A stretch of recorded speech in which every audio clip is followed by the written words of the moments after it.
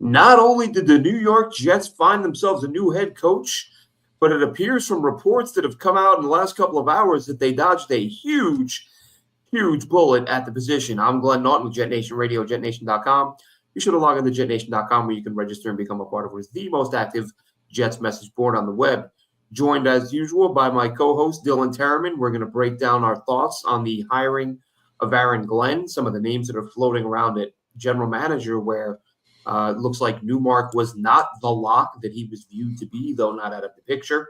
And we'll talk about a few more Senior Bowl prospects, which we've done over the past couple of weeks with the game just a few days away. Dylan, how are we doing? I'm doing great. I am glad that the search is finally over.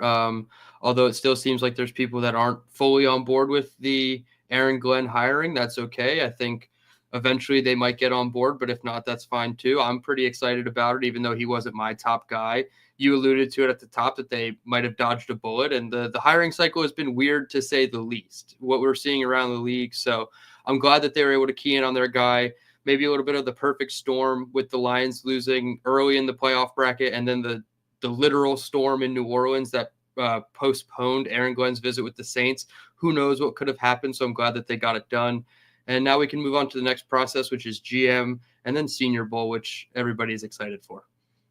Yeah, I don't know if you saw it, Dylan. I just got a message a few minutes ago from our good friend Scott Mason saying that because I'm at work, that's why there's some echo, and that's why we've got the different background, not in my study. Mm-hmm. Apparently, Rosenblatt saying, had the Jets swung and missed with Aaron Glenn, Arthur Smith was next up. The guy who had no idea how to use Bijan Robinson in Atlanta. I mean, my God, could you – I don't know that there's a sign that a coach is more clueless than something like that when you have a undeniably dynamic offensive player and you're not moving the ball and you're like, we don't know how to get him the ball. I mean, he's a running back. It's not like you even have to scheme him open. Just hand it to him and let him go. So Arthur Smith was an absolute disaster in Atlanta. Some really good weapons that he couldn't do anything with. But that's where the Jets are. Look, if the Jets want that offense, we talked about it. It would appear. Listen, no one's coming right out and saying it, at least from what I've seen. But we've seen insinuations that Monken did not want this job. We've seen insinuations that Cliff Kingsbury, when he started hunting, would not want this job. We've seen it insinuated that Liam Cohen did not want this job. So the top offensive guys were like, no, we're not coming there. Now, I don't know if it's Woody or the culture or the Rodgers situation, whatever it is, people didn't want to come here. So, and I said early on in the process, I didn't want it to be defense. If it was going to be defense, Aaron Glenn was my first choice. So I'm happy. As I said to someone who asked me the other day if I'm happy about this, I'm as happy as I can allow myself to be with this team right now, which is basically brings me from miserable to indifferent. Like I'm very, very happy for Aaron Glenn. Love the guy. Remember when he was drafted, saw him his whole career. That 101. I was actually telling my kids this story the other day when when it looked like the Jets were going to hire him.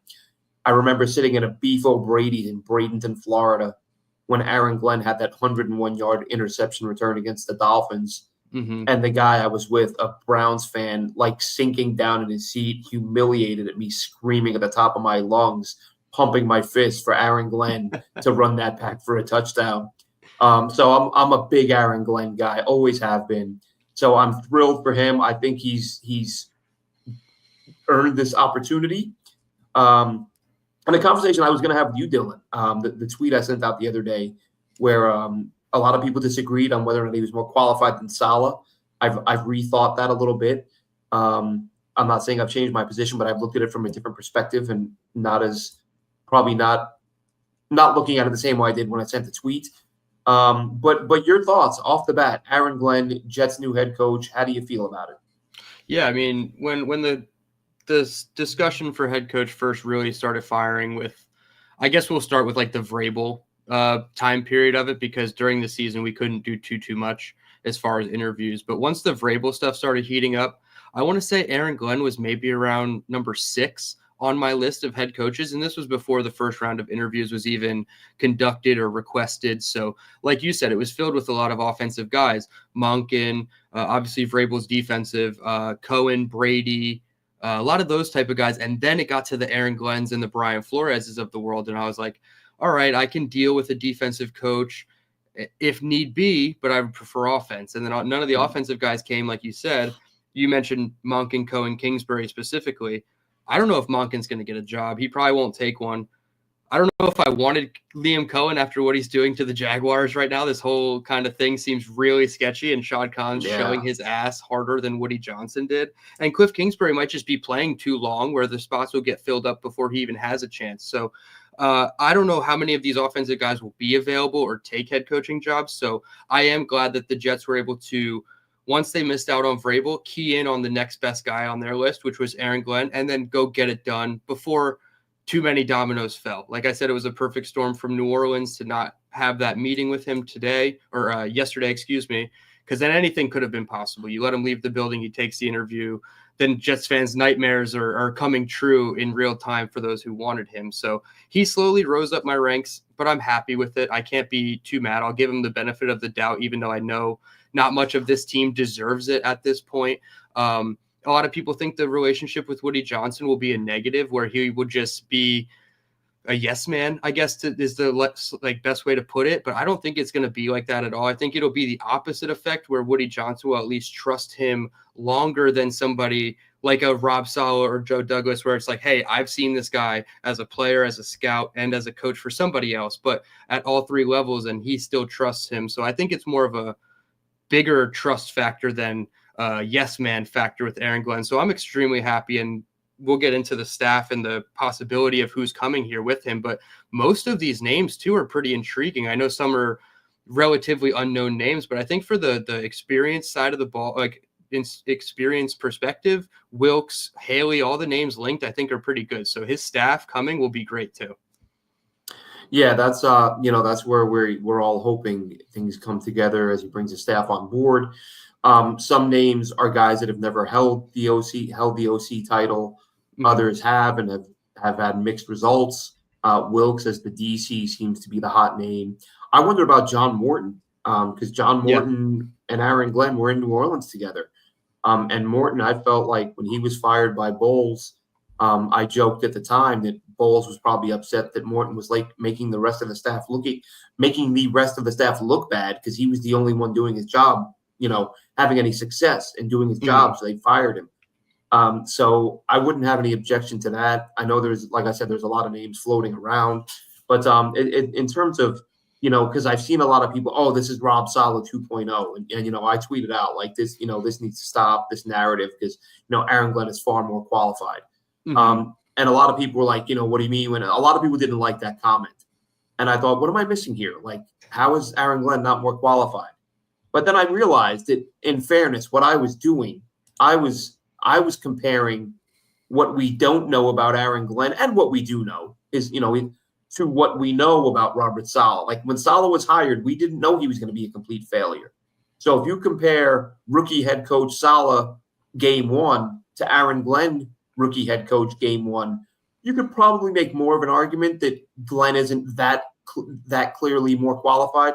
Now, I would say the fact that he did a few years of scouting helps him a little bit, helps bolster that resume. I know Saleh got his start as a defensive assistant under Pete Carroll, probably cutting up film and things like that. So it's not that Saleh didn't work his way up. I just think Aaron Glenn started lower on the totem pole. So he's done more things than Saleh has. Now, Saleh had better results in terms of defensive rankings and things of that nature. But I think that Saleh Saleh had better talent. I mean, listen, who knows where the Lions would have ranked this year if they didn't have 27 injuries. And if you look at Saleh in San Francisco, that was something I noted when Saleh was hired. If you look at his couple, and I'm not saying Saleh was very, very good defensive coordinator. I'm not trying to take anything away, but you did see a significant drop off that year when he lost a couple of guys early on against the Jets. When he lost Bosa and he lost Solomon Thomas, that's not a big loss, but he lost some players, and I feel like Aaron Glenn probably did a better job of dealing with his injuries than Saleh did. So we'll see. I get what people mean, and I think it's fair to say the day Saleh was hired, he was as qualified as Aaron Glenn. You can make an argument for it. I'm not going to say I would 100% agree, but the Robert Saleh I saw as a head coach, who's like 13-30 or whatever he is, I was comparing that Aaron Glenn to that Robert Saleh, which isn't really fair. Sure, it'll be a few years so we can make that fair comparison. Yeah, I think like the like buzzwords and the key phrases that you used to describe Aaron Glenn throughout the process were similar to how you would have described Robert Saleh coming out of San Francisco. Yep. So like I understand that there's a lot of parallels from that perspective. But yeah, the scouting background obviously helps. The player background obviously helps too, even though we saw that completely fail with Jeff Ulbrich. I think it's different with Aaron Glenn. And just I don't know, like you said, the injuries is a big thing because Salah's been very, very lucky in terms of defensive injury Health. luck his entire, last couple years DC in San Fran and then first couple years with the Jets, even though the first 2 years were bad talent wise. But yeah, Aaron Glenn to me is going to speak differently to the room, even if a lot of it does from the outside perspective look the same to us. It's going to resonate differently with teams. And I kept hearing and I don't know if it was specifically about him, but excuse me, the coaching search. But players know when they see a fraud in the coaching position. They can spot one a mile away. And I'm not saying that Robert Saleh was a fraud, but if Aaron Glenn is all this hype and all this beloved, players would have called him out on it by now. And there's not a single player that's done that. So I don't think he's a fraud in terms of how he's going to command the room. I think everything you see is what you're going to get and probably even amplified behind closed doors with him. The accountability part is the stuff that I really love. And that's what separates him from Rob Saleh. So there's a difference when you say leader of men. It's a different way of leading than Robert Saleh does for sure. And I think the staff that he's bringing on speaks to that because of the connections that he made throughout his time as a player and a scout and a coach in the NFL. Saleh has good connections coming up through Pete, but Aaron Glenn's played for like literally the Mount Rushmore of defensive coaches in his career. So the connections go and been way mentored back. by some really good ones. Yeah, and the coaches that were on staffs that he was a part of when he was a player or a coach, it's just tremendous the web that you could spin that's surrounding Aaron Glenn. And we're getting Sean Payton's approval on a potential GM candidate, which it's like the bald guy meme. It's like the your worst enemy says something you agree with. And it's like, God damn it. I don't want to agree with Sean Payton, but these are the relationships that Aaron Glenn has formed over his years. And Sean Payton is a very strong relationship to Aaron Glenn. So I don't think that he's much more qualified than Saleh, but I think he's definitely more qualified, like a little bit more. Like I would put him in a different tier than Saleh. And Saleh was my number one guy. And it just didn't happen to work out. And I'm not going to, fault the Jets for trying the similar strategy. I also want to see the GM, though, that they bring in and the cohesion that they have and how well they work together, because that was a big part of it for Saleh and Douglas that I liked. Yeah, the thing you mentioned that I left out, and I know Saleh worked for Pete Carroll, who's no slouch, but the fact that Aaron Glenn played for Bill Parcells, was mentored by Parcells, mentored by Sean Payton, yeah, that was and I said it the other day, even though the hire is in and we know the results, go out and listen to that show that Scott Mason did, where he did a deep dive on Aaron Glenn, and he talks about how one of the stories I liked was Aaron Glenn confronting Bill Parcells early in his career. When Parcells was hired, there were a lot of rumors that Aaron Glenn didn't fit his defense and that Parcells was shopping him. And Aaron Glenn just barged into his office and said, "Tell me what's going on. Are you trying to trade me? Am I going to be leaving?" And I believe Scott said the quote Bill Parcells came back with was, "Look, if someone offered me a good enough package, I'd trade my wife, but I don't have any plans to trade you. So, you're here for now and do your job." And that's obviously what Aaron Glenn did. And he went on to have, he had a really good career with the Jets, played 9 years, made the Pro Bowl a few times. I think as a young fan, I was probably 15, 16 in that time frame. I think Aaron Glenn, 5'9" Aaron Glenn shutting down future Hall of Famer Chris Carter when the Jets played the Vikings, up to that point may have been the most impressive game I'd ever seen from a corner. I was like, oh my God, this dude is 5'9". He just shut out, I think he held Chris Carter to like 2 or 3 catches for 30 yards, whatever it was. Chris Carter, of course, after the game, that little guy was holding me the whole day. He kept grabbing me. Yeah, but Aaron Glenn shut him down, even though there's like an 8-9 inch, height advantage. Yeah, I went back and I watched the draft day highlight of him getting selected, and obviously we traded with the Saints, so it's kind of ironic that he was looking to go back to the Saints as a coach, and everything just kind of tied in with New Orleans. And then I saw his measurements as 5'9", 181, and I'm like, damn, that's like almost me to a T with like, I'm like 5'10.5", but it's just funny that he definitely is a smaller corner. And for how much hype he got for the time that he played, I heard a quote from a former player. It was just a little snippet that you could find on Twitter. And it said that there were two cornerbacks that people watched film of in the mid 90s. And it was Aaron Glenn and Deion Sanders, because Deion Sanders was like the flashy playmaker, obviously, but Aaron Glenn was all technique and ball skills and speed and everything like that. So the cut up that they put on the Jets social media today was not enough for me. And I'll definitely be going back and watching some of those late 90s games with Aaron Glenn, especially the 98 season. I think that was the season that he was pretty important for. So I'm excited to see him. And I think technique wise, everything wise, from a fundamental perspective, it's going to really help the defense moving forward, the whole team moving forward. But like guys like Sauce, where we kind of got on him a little bit this year for lack of fundamentals, and then it led to more penalties and stuff. I think that's going to be a lot of stuff that gets cleaned up. So I'm really excited for what he brings from an intelligence and an IQ standpoint as well. Yeah, that was one of my first thoughts, and it always is, right? When you bring in a new coach, like who is going to be impacted most by this hire in terms of individual players? And of course, Sauce comes to mind. Even DJ Reed, who everyone sees as leaving, he shot out a tweet, kind of celebrating the hire, which that got my attention. I'm like, is this dude thinking of coming back? Like, does he want to be here? Because I'd have no objection to that. I know there was, some animosity late in the year between him and the fans, but if he comes in, if he comes back and gets a couple PBUs and they win a couple games, it's all forgotten by week 3. But on the offensive side of the ball, another guy who commented, and I thought Braylon Allen. If you look at what Detroit's done the last couple of years with their running back situation, and just legit maybe the best two-headed monster in the NFL, and legitimately giving guys 10, 12, 15 carries each between Gibbs and Montgomery. Braylon Allen could be looking at that and saying, "Oh, if we take the same approach with this coach, I can go from being a 3-carry guy every couple of weeks to being a 8 to 15 carry guy every week." Yeah, and I was just going to say we can segue that into his potential staff members if you want, because one of the names floated out for running backs coach or potential offensive staff members was Anthony Lynn. And yeah, people are going to immediately say, "Oh, well, he sucked as a head coach." Okay.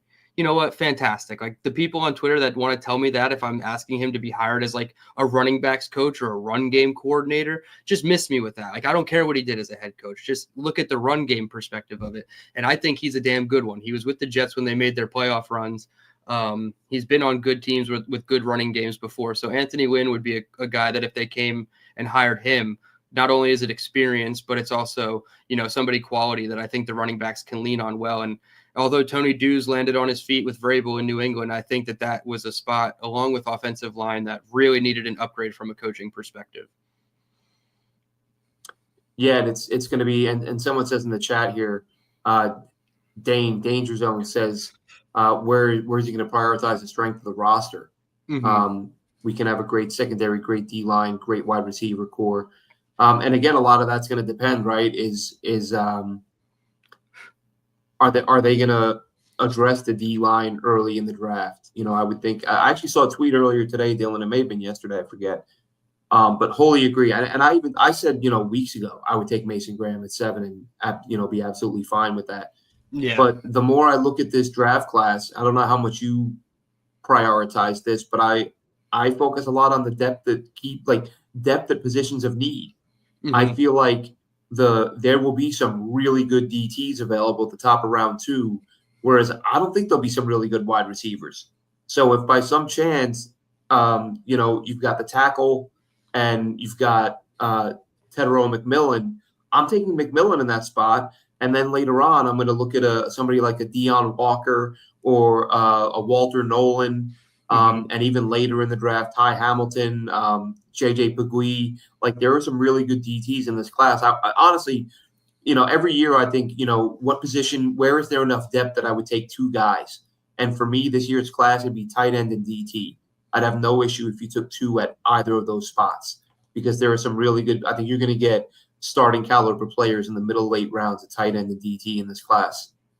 Yeah, absolutely. I think even if they went D-line, in rounds 1 and 2, I wouldn't be opposed to it just based off of the narratives surrounding the draft. And I have to do my own research and find out how stacked the DT class is. But you've mentioned a lot of good defensive line names where I know Abdul Carter is probably not going to be there at 7, but if you're fighting between him and Mason Graham at 7, it's almost a can't lose type of pick. And then you double up in the 2nd or 3rd round and you're still in the top 100. I think you can really round out that group. And to go back to Dane's point, we don't know exactly what he's going to prioritize, but we know he's a little bit more of the man blitzing scheme type. So you'd have to imagine or assume that the secondary is going to be a priority. So maybe they look to use top end resources at secondary, but they also use a lot of resources on their D line to blitz and get home with their front 5, 6, 7 to allow the back end to play like that. So it's going to be very interesting to see the philosophies of Aaron Glenn, but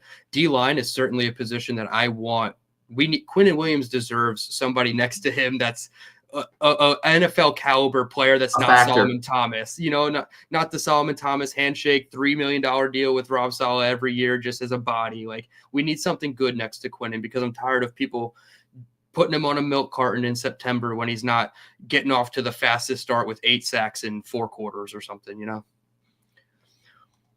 Yeah, I think another interesting prospect who, to speaking of that D line and those top 2 picks, Princely Umanmielen out of Ole Miss, who was a Florida transfer edge rusher, who, for those of you who missed it, probably heard his draft stock by chasing some fans into the left the field and ran up the ramp to find some fans who were taunting him after Ole Miss lost to Florida, saying, "Oh, you should have stayed in Florida." He looked up at them and hunted them down. And I thought, well, maybe he's not going to go in the 1st round. But if that dude's there at the top of round 2 and you're the Jets, and even if you've taken a DT, I would have no problem grabbing Umanmielen in that spot because I think he's going to be a factor off the edge. Then there's some guys you might get a little later on. Guy that I've mentioned, Colin Oliver, who I really like. I saw, I think the Senior Bowl or somebody posted an interview with him recently. I didn't see the interview, but I saw the tweet. He's both those guys, Umanmielen and Oliver. I've been watching both those guys for 3 years now. Umanmielen, I felt like had the higher ceiling, was the better prospect, but Oliver is sort of an underappreciated guy. And we'll see. It's college production. He might show up with the big boys and struggle, but I think he can be a good player. So it's going to be interesting to see what the Jets do in this draft. And Senior Bowl's right around the corner. Oh, any more comments on the potential staff, Dylan, before we I think we jumped into prospects before we were done talking about the coaching staff. Yeah, I have a prospect that I'm going to earmark for later, but I guess the potential staff, obviously we talked about Wilkes. We talked about the potential of Anthony Lynn. They linked Mark Brunell as a potential offensive guy. We don't know the exact capacity he'd come in. Todd Haley, I would assume, would be more of an offensive assistant, not the offensive coordinator, because the 4 names, I guess, maybe that were linked to offensive coordinator. And I have the list right here. Just give me 1 second. Clint Kubiak, the New Orleans offensive coordinator who was fired this past season, or I guess is expected to be let go of his position. Nick Caley, the Rams tight end and pass game coordinator. Scott Turner, the Raiders offensive coordinator. And Thomas Brown, the Bears quarterbacks coach. Well, that's what he started the season as, and then he became the interim OC and then became the interim head coach, all within a matter of 3 weeks for the Chicago Bears. So he went through rapid ascension to get to the interim head coach position where he held it for the rest of the season. But those are the 4 names that I think are the most intriguing. You have Mark Brunell and then Josh McCown floated out there, but McCown doesn't seem likely at all. But, I mean, could you imagine Glenn and Josh McCown? I know you were a big Monken McCown guy, but Glenn and McCown, I feel like, is almost the best of both worlds in a sense. So that would be interesting. But do any of the OC names specifically, Kubiak, Caley, Turner, or Brown, intrigue you at all? Well, I think just, Caley, I don't know anything about him. I joked with you earlier about folks all of a sudden being an expert on the Rams tight end coach. Right. I would be willing to bet large sums of money that people who are screaming for him right now didn't know who he was 48 hours ago. But look, anytime you're hiring a new coach, and especially for a team like the Jets that hasn't had a good offense in a very long time, the possibility of bringing a guy in who is sort of living in today's NFL, and he's a part of an organization that's producing offenses that play at a very high level. And that's just something they haven't done in a very long time. Even I felt like with LaFleur, there were flashes where you'd see some things, having Braxton Berrios throw a pass in the middle of a route up the seam, that type of wild stuff. Obviously, it didn't work out because he didn't have a very good quarterback, and it got him fired. Mhm. I think he's a guy that we'll look back on. Like when he gets another shot somewhere, we're going to be watching him going, "Oh man, we had that guy," and now he's lighting up scoreboards somewhere else. I actually 100%. wondered that if Saleh had gotten that Jacksonville job, would he have brought him on as the OC?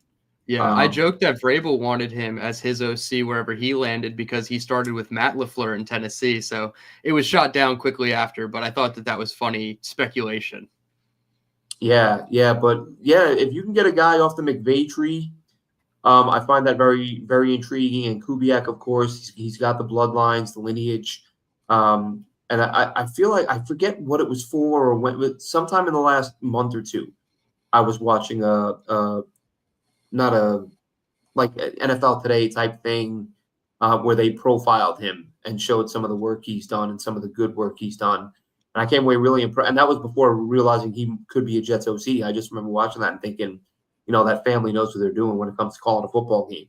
So if you got one of those two guys, it'd be pretty exciting. Well, more so Kubiak because he's done it. Mhm. Anyone who's not done it, it's like we can be, to kind of temper my expectations and not get, because listen, new hirings, whether it's GM, head coach, unless it's someone who's clearly a disaster, like an Arthur Smith or somebody like that. If it's anybody where there's even the tiniest reason to be hopeful, like we lose our minds because we're excited. It's a new toy. This is going to be the new. This is going to be the different, and it's normally the same. Yeah. There's of course the chance it will be, but I'm probably in a bigger pump the brakes mode than I've ever been in my life as a fan. I went and I used the old Google today to remind myself to look up and remind myself of all the wonderful things that were said about John Idzik and Mike McCagnon and guys like that when they were brought in. The Jets got Oh no. themselves.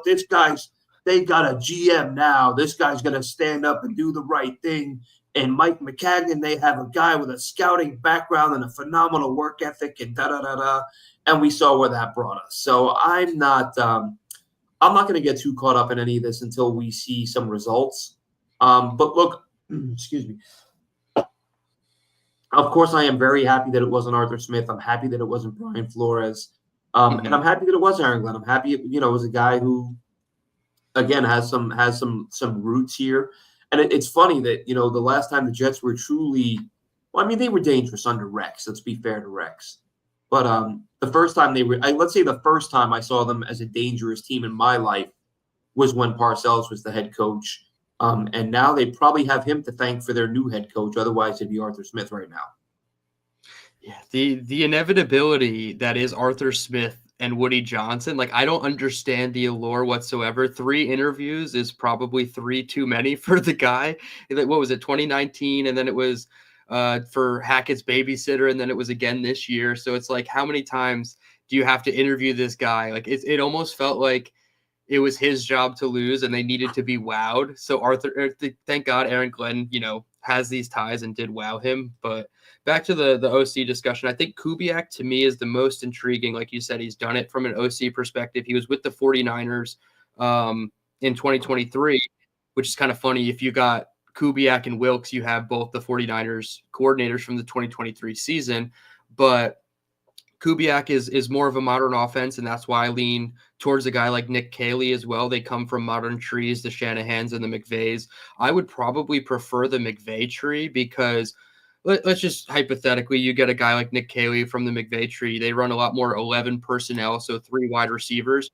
You bring back Rodgers and Devontae, and then you drafted Tetairoa McMillan at pick 7, and now you have Wilson Adams and McMillan. Like now you have a 3-headed monster with the passing concepts that he's going to bring. And I think the allure for me is that they're targeting guys with pass game coordinator experience, because now you're bringing the past concepts from that team that you've just worked on. Obviously, you're going to tweak it and bring your own concepts as well. But to me, that's a better prerequisite to OC than a run game coordinator, because we've seen, run styles like heavy base runs, like they don't work necessarily. You got to go where the NFL is trending, and that's passing. I'm tired of the race to 20 points. So if we can stay in 11 personnel and have 3 dogs out there at wide receiver with the Rams' potential concepts included in our offense, I think that's a big positive to me. Scott Turner, I don't really want anything from the Raiders. The fact that Devontae Adams still talks so negatively about the Raiders, even though,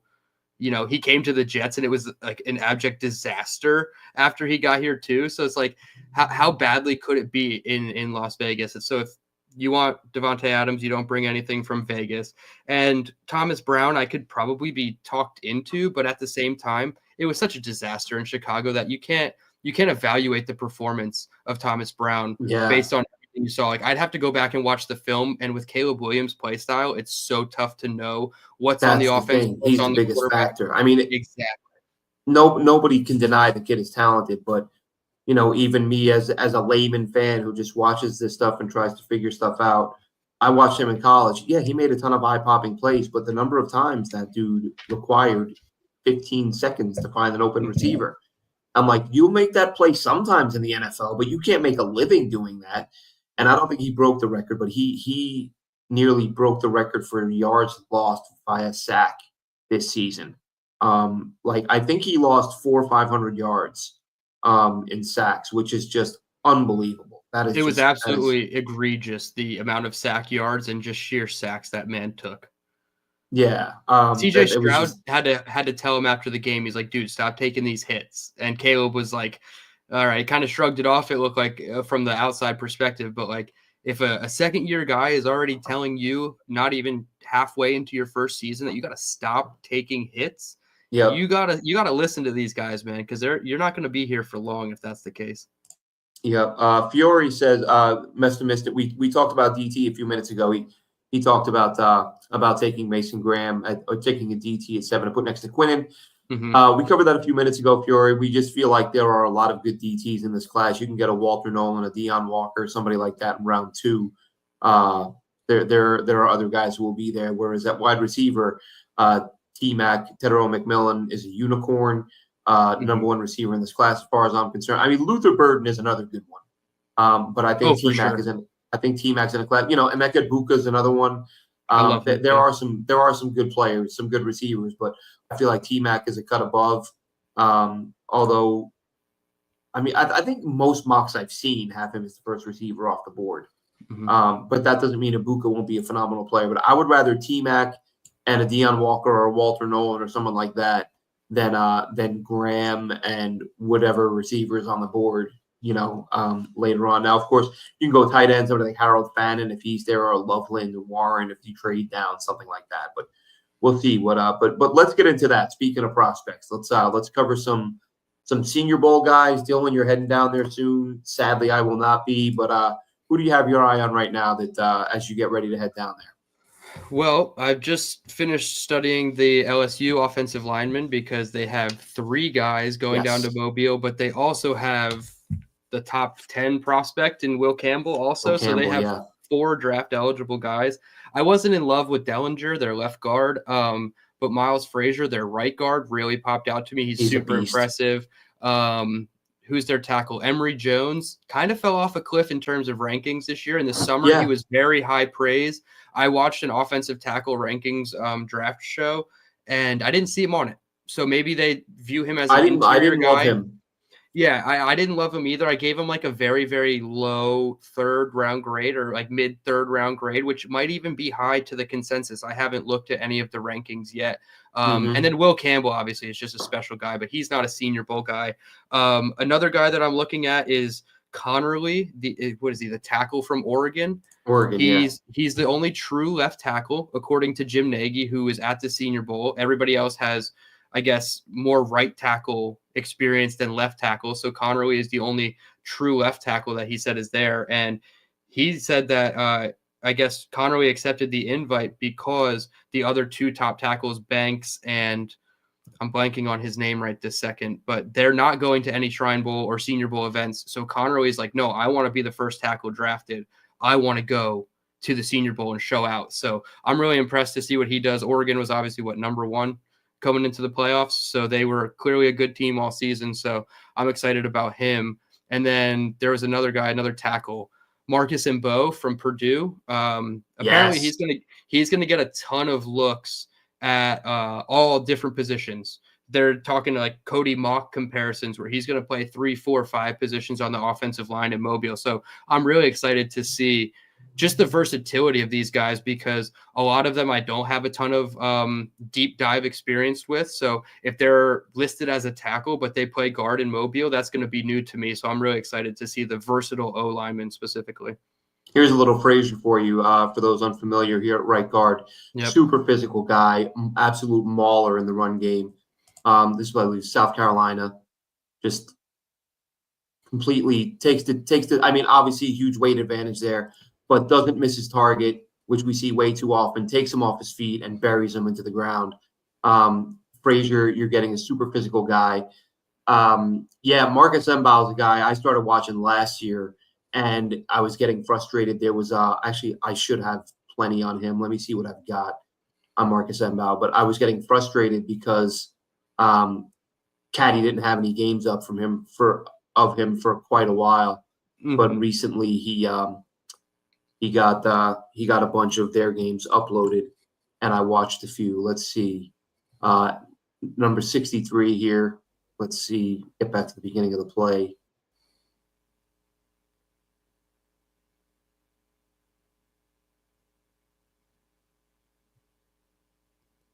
Was he the puller on that play? I'm trying. Yeah, I have the description as pull. There we go. Yeah, I see him. Okay, yeah, there he is. Yep. Gets outside, gets a couple of blocks, opens up a run lane. But he's one of my favorite. He's been one of my favorite mid-round guys, and he's going to be somebody to watch down there. I'm excited to see how he performs because not a great performance, or they haven't been very good down there.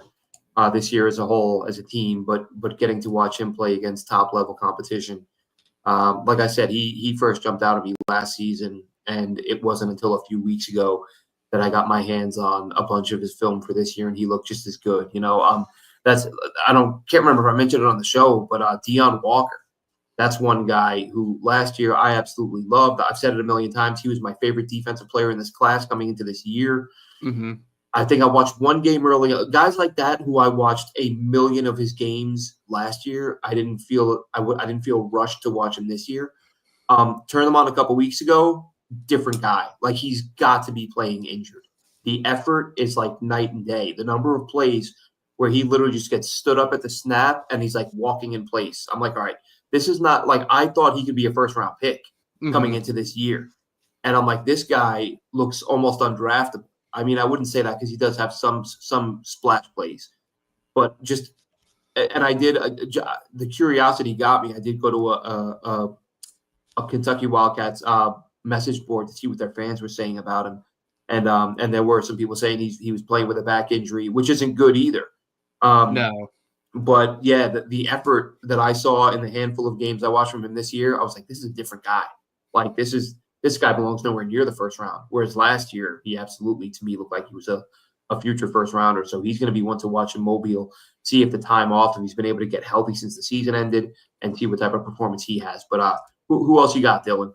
I was going to say the name that I had earmarked from earlier is Shamar Stewart, and I wanted to make sure I confirmed that it was Shamar Stewart because Texas A&M has 2 defensive linemen, both with the first name Shamar. Yes, that Shamar must be Stewart and Shamar Turner. And yep, Shamar Turner and Shamar Stewart. I wanted to make sure that I fact-checked it was Shamar Stewart before asking because Jim Nagy said he's going to be the guy. And a lot of like top media outlets, I think it was even Daniel Jeremiah today, said Shamar Stewart's one of those like really quick risers on the board. And we talked about defensive line being the priority for us right now in the draft. So what do you have on Shamar Stewart that is going to wow me next week? Yeah, well, he's got here. You see, look at him. Watch him beat that cutoff block. boom, into the Oh, yeah. backfield, catches and he's like 6'6", 280. He's I a was just big gonna dude. say this is literally the first play I've watched of him, but immediately the black uniform and the length, my brain immediately went to Texas Tech's Tyree Wilson. Is that who it was Right. that went to the Raiders? And obviously different prospects, I'm sure, but that's immediately where my mind went. So you said 6'5", yeah, so super lengthy. That guy had no chance. He was at a tight end, Yeah. couldn't get Yeah. to him, no way. I've actually done a couple of mocks where T-Mac, Graham, like basically my top 3 guys are gone, and I go with him. He'd Yeah. probably be my 4th guy. Okay, so he's looked at in like a top 10, top 15 for sure type of range with these mock Yeah, I drafts. think I actually, who was it a Okay. few weeks ago? I saw somebody getting angry that someone projected Abdul Carter, and somebody's like, "No way, you got to take Shamar Stewart in that place, in that spot." I don't think you take him over Carter, but I mean, you could make a case for it. Again, Yeah. I think the versatility, the fact that he's 280, he can play inside and outside, really good player. Yeah, it's funny that Abdul Carter's now getting talk as like the #1 player in the draft. So it's kind of reminiscent if Shamar Stewart were to gain this buzz as well, and then you have Shamar Stewart and Abdul Carter at the top of the board, and it would remind me of like the Trayvon Walker, Aiden Hutchinson kind of discussion that we had a couple years back, where obviously the Right. Jags went Trayvon Walker, but That's that's at a great 280. chase down. That's at Yeah. 280, catching that dude in the backfield like that. He plays like he's probably like 260, it looks like, on a reverse, Yep. stays home. So Texas A&M, we have an edge guy from Texas A&M currently on the team, correct? We nobody likes him, and I'm watching that play right there, and I'm watching as if that was Michael Clemens running as stiff as he does, that running back on the reverse probably has 5, 10, 15 yards. Easy. Yeah. like the difference in how they ran was so funny to me because it just looked like he was trying so hard and not going anywhere, Michael Clemens. So to see that at 6'5", 280 something is really impressive from Stewart. Yeah, here he is for a TFL against Florida. Again, look how quick he is at that size to get outside, recognizes the run, lined up inside or lined up outside, and still gets out to the running back off the edge. So yeah, I mean, top 10 pick for sure, or top 10 pick talent. We'll see if he goes there. Let's pull that down. But yeah, really, there's going to be, like I said, the D line is healthy in this class. Again, Stewart is a guy you can play him outside too, but the fact that he can play inside and you've got the Deion Walkers, the Walter Nolans of the world, some really good DTs in this class. So would you say, and I forgot about him too, and I just saw him on the list, they have 3 defensive linemen. They're like the LSU of defensive linemen at the Senior Bowl. Nick Scorton, he's a guy that was probably ranked in the top 15, top 20 coming into the season. Did you see anything from him that would have elevated or, knocked his draft status? It seems like obviously Shamar Stewart is looked at a little bit higher than Scorton is now, but is Scorton still like a mid-first rounder in your opinion? I think so. Okay. Tough to get a good read on that one. That's a run stuff for Scorton on 4th down and 1 against Michigan. Oh, he's number 5. Yeah. Great blowback on the left tackle. Off the top. Yeah. Or maybe that was even an extra eligible lineman. That was impressive. Yeah, just so lengthy edge players. It seems like. Listen, Texas A&M has some really good D linemen. I'm starting to question myself now. Was it Scorton or Stewart that I was thinking of as a top 10 guy? They're both 1st round guys in my mind. Okay. But in terms of Scorton is an absolute monster.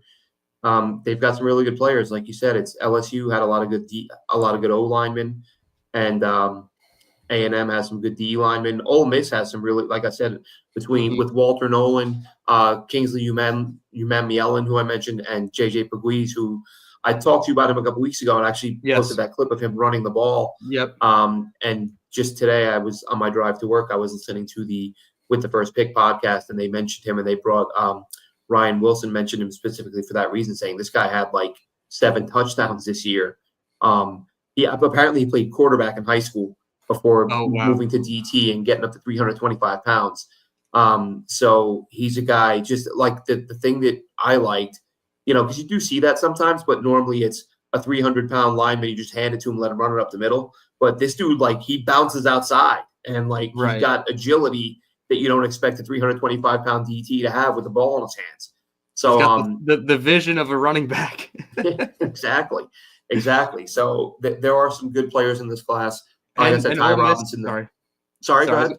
I was gonna say Ole Miss has another edge going to the Senior Bowl. They have 3 guys going. I missed. They have Princely, who's going as the edge. They have Yep. Walter Nolan, who you mentioned at inside, Yep. and then they have Puggy, who's not going. But Jared Ivey, the edge opposite Princely, is also going to the Senior Bowl. I just saw. So that's going to be interesting to see.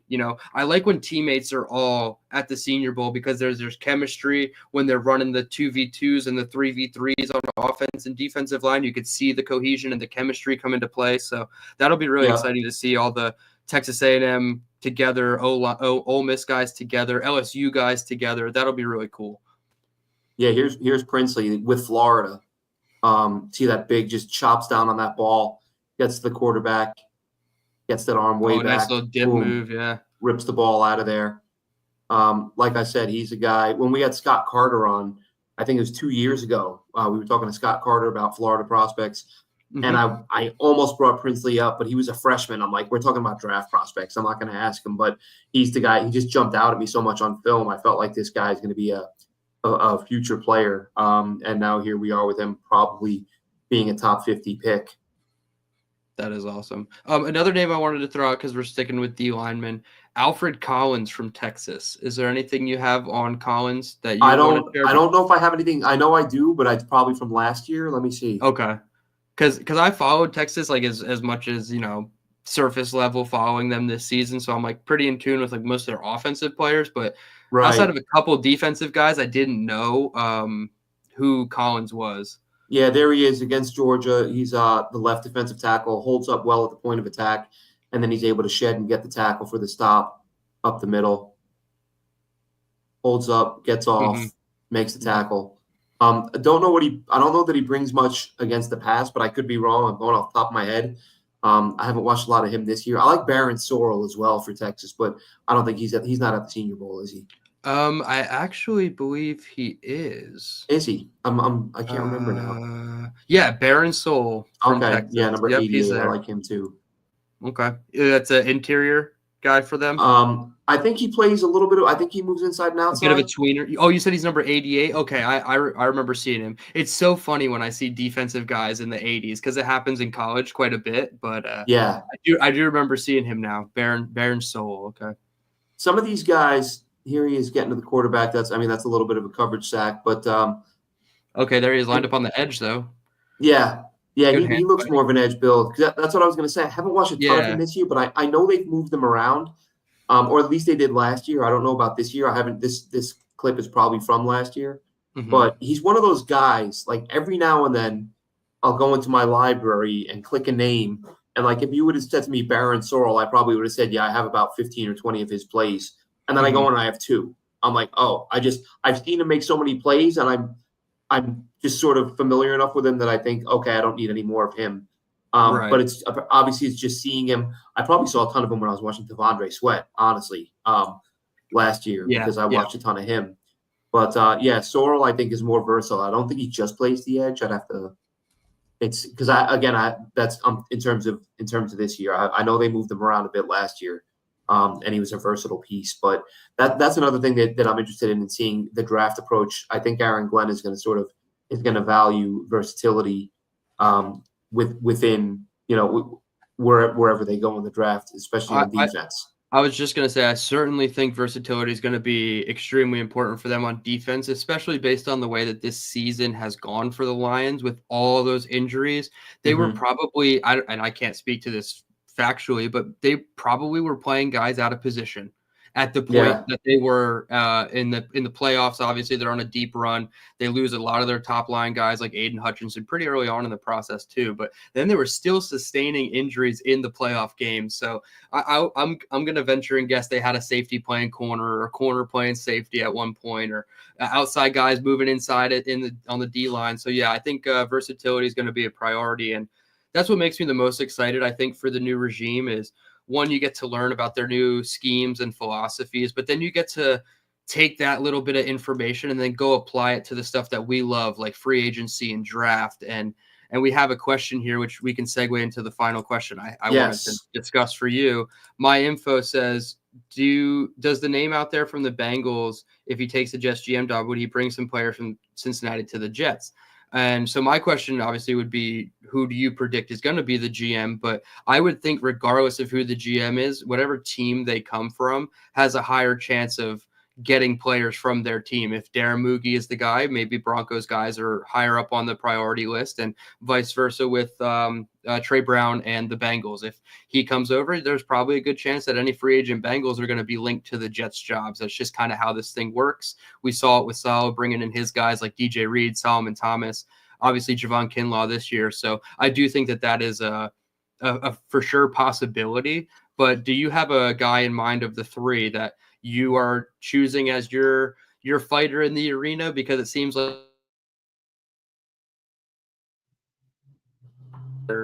you're not doing it right because you have to love one and hate the other two. Yeah, like I said at the beginning of the whole process, I'm not going to do the thing where I pretend I can predict what any of these guys will do. Yeah.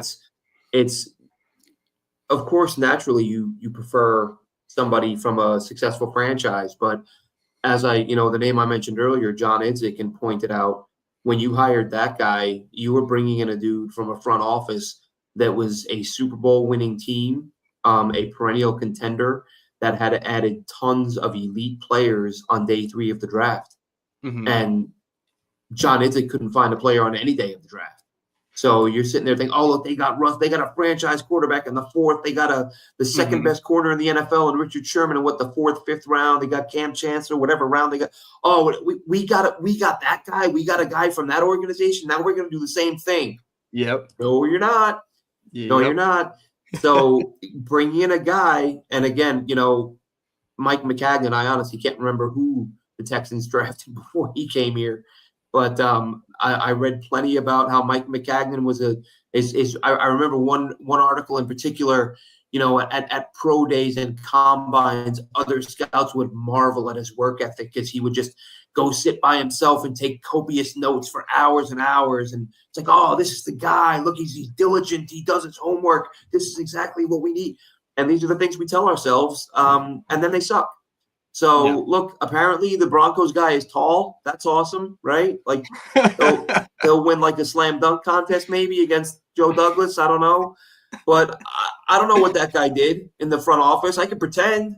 Yeah, awesome. And that's what they'll do when he gets hired. Everyone's going to be like, oh, look at all the great players Denver drafted, right? That he didn't pick. So yeah, go get someone who doesn't suck. Moogie's vertical versus Joe Douglas's vertical needs to be studied. I think that's how we should evaluate our GM candidates, is by their vertical. Yeah. And maybe even his catch radius. He's 6'4", you got to have long arms. Moogie played tight end, I think, for the Cardinals for a little bit. Go. So that's funny. But yeah. Honestly, what I would do, and I don't know if this would ever work, if there would be backstabbing or whatever, but for the purpose of, you really couldn't. Well, maybe you could with your team. You couldn't do it you couldn't have a guy go pick by pick for the whole draft. But maybe it would have to be a league thing, because like if it was within the team, the current GM would feel like this guy was breathing down his neck trying to take his job. But have and again, maybe this is just because I'm too into the draft, but really it's because I've always wondered. Like I've always wondered when the Jets, whether they draft well, draft poorly, I always think to myself, is there somebody in that room that would have made a much better pick? Like, is there someone on that staff that would be much better at this? I say let your top scouts, whatever, or even if it's like the 2 or 3 guys behind the GM, let them log, who they would pick in each spot and send that in, and it goes to one of these committees that recommend GMs, right? When you do these searches, not necessarily the 33rd team, but you get these groups that identify like, oh, here are the top rising GM prospects. How do you know that? Like, you don't know what the guy would have done. Let's know. Let somebody find out. I actually think, Dylan, getting way off track here, I think that's something that these startup leagues, these fall leagues or whatever, XFL, CFL, UFL, whatever they are, that should be a thing they have with their draft, and like make it where the teams don't have a choice, where you have to make your draft board public after the draft. Sure. And everyone sees who you would have taken. Fans would love that stuff. Well, also too, like it also would help the coaches for getting it right, because the whole point of these leagues is to get them back into the NFL, correct? It's not just a matter of we're going to keep these players and coaches in the XFLs and the AAFs and this whatever the leagues are, the USFLs. The whole point is it to be like a farm team to get these guys back into the NFL, coaches alike. So I wouldn't see why that would be. Obviously, if you get it wrong, it's a negative, but Right. if you're the guy in the room and you're the fourth in charge, and 3 out of the 5 prospects you disagreed with the team on, and 2 of the guys you right, liked, they were wrong. and even 2 of the 3 guys you were right about, like that needs to be documented somewhere where it's like, hey, these were the guys, and that's the stuff where I was ranking my GM candidates after Borgonzi got hired by the Titans, and people ask, oh, well, why is this over this? And I'm like, it's strictly vibes. Like it's that's all you got. Yeah. So are you saying that you would prefer Moogie over Trey Brown based on what you were saying, or you really don't have a dog in the fight? You're kind of okay with all of them? Yeah, it's hard to pick one without knowing what they would do. That's all it would be is vibes. And like, okay, fine, great. He worked for Sean Payton, and Denver's done a nice job of acquiring talent in recent years. Sure, go get him. But funny enough, I thought Newmark had the job. I wonder what went wrong there. Yeah, I truly don't know, but I'm kind of glad because I like Brown and Moogie a little bit more, because it felt like, although I agreed with the stuff that I saw about Newmark being well respected around the league, being a film eye test first kind of guy, like that's exactly how I do it at home. I do the eye test stuff, and then I go deep into the background of the player, the personality of the player, as much as I can from my little home office here, not talking to anybody. But that's the same strategy that Lance Newmark takes. But I would prefer if they were to get somebody who might be slightly more qualified. And I think Moogie and Trey Brown kind of allure me a little bit more. I like the fact that Trey Brown was on 3 different franchises that made it to the Super Bowl. Obviously, we don't know what hand he has in, obviously the decisions like we've been saying, but you go to the Patriots, they go to the Super Bowl, they lose it to the Giants, but they were undefeated, I believe, in that season.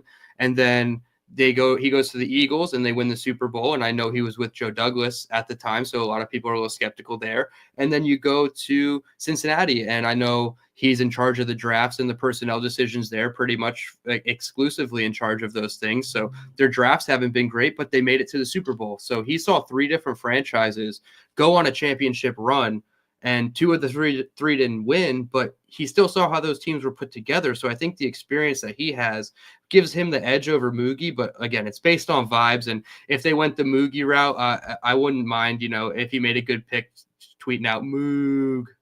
So my info vibes says only. Would bring back Rex to be the DC. Too much of a distraction, too big of a personality. He'd be stealing headlines and distracting. No, I'd say I loved Rex. Rex. Yeah. Rex was the last time this team was worth watching, and a lot of that, people try to avoid giving him credit for that. But he was a defense first guy. He brought in Jim Leonard and Bart Scott to run his defense, and that's how they won football games. And I know they used Mangini's O-line to pound the ball, but that was the best defense in the NFL. And that was, people forget at that time there was a lot of animosity. Kerry Rhodes was angry that he got the play calling taken away from him in the secondary, and it was given to Jim Leonard, but that was Rex's guy. Rex brought in his guys to run his defense, and they were the best D in the NFL. So that'll wrap this one up, though. Well, we do have a little bit of breaking news. It's not entirely Jets related, but one of the longest tenured coaches for the Jets, Brant Boyer, interviewed today for the 49ers open special teams coordinator position. So it does look like Brant Boyer will not be retained by the Jets, most likely. But it also looks like 2 former Jets coaches could land in San Francisco, that being Saleh and Boyer. So a little bit of news that could there. Be Saleh putting in a word for his guy. Yeah, absolutely. So it's not what you know, it's who you know sometimes. But Brant Boyer is a Mike Westhoff guy, and I can't knock him because I love what he came from and what he did do in his time for the Jets. So it's possible we have some coaches getting hired over in the Bay. So that was just a little bit of news to end it. All right. Thanks for joining us. We'll be back if any more news breaks in the coming days, weeks, and we'll catch you next Thursday. Have a good one, Jets fans.